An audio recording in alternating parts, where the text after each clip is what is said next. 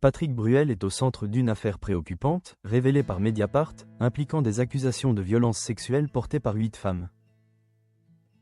Parmi elles, 2 ont engagé des procédures judiciaires pour viol et tentative de viol. L'artiste, célèbre pour sa chanson « Place des grands hommes », rejette fermement ces allégations. Par l'intermédiaire de son avocat, maître Christophe Ingrain, il a pris la parole dans l'émission « Tout beau tout N9UF » animée par Cyril Hanouna, pour défendre sa position et contester les faits qui lui sont reprochés. Dans sa déclaration, l'avocat a affirmé « Cet article fabrique un personnage et un système qui n'ont jamais existé ». Sur une large partie des faits dont il serait question, la justice s'est déjà prononcée. On essaye, en utilisant des allégations de faits datant d'il y a parfois 30 ans, de refaire un débat judiciaire tranché depuis des années.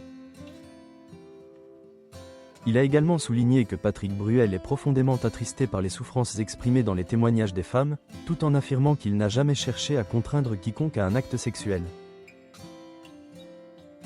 Cette situation n'est pas la première à entacher la réputation de l'artiste. En novembre 2025, une autre affaire avait suscité une vive réaction sur les réseaux sociaux. Une de ses fans, victime d'un brouteur se faisant passer pour lui, avait vidé ses comptes bancaires ainsi que ceux de son fils pour lui venir en aide.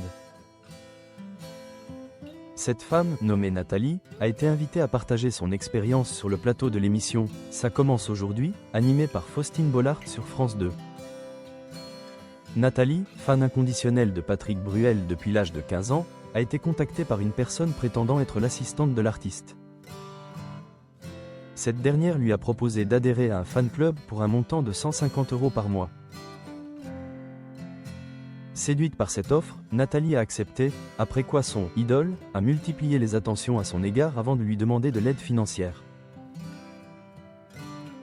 Elle se souvient, il était retombé malade du Covid donc il a fallu payer un traitement. C'était très douloureux mais bon, il allait me rembourser le double. Au final, cette quinquagénaire a subi un préjudice financier de plus de 20 000 €. Pour faire face à cette perte, elle a même dû contracter un prêt qu'elle remboursait encore lors du tournage de l'émission. Il est à noter qu'elle n'est pas la seule à avoir été victime de ce type d'escroquerie, une autre femme, nommée Anne, ayant perdu plus de 800 000 € à cause d'un « faux Brad Pitt ». Cette affaire soulève des questions sur la vulnérabilité des fans face à des arnaques en ligne, et met en lumière les dangers liés à l'usage des réseaux sociaux et des fausses identités.